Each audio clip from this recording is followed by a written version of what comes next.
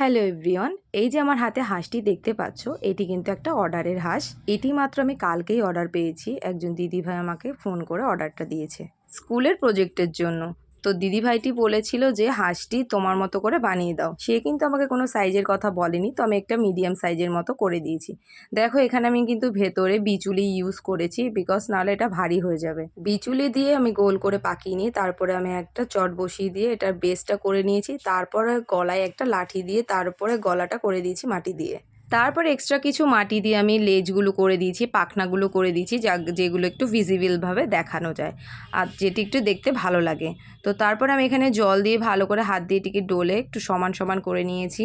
হাঁসটিকে কিন্তু আবার কালারও করে দিতে বলেছিল দিদিভাইটি। তো কালারের ভিডিওটি আমি তোমাদের সাথে পরে শেয়ার করব। এখন শুধু এই কাঁচা অবস্থায় তোমাদের সাথে শেয়ার করলাম। দেখো এখানে পাখনিটাতে আমি ভালো করে ডিজাইন করে নিয়েছি পাখনাগুলো, আর চোখ বসিয়ে দিয়েছি। এই পর্যায়ে কেমন লাগছে একটু বলো তোমরা।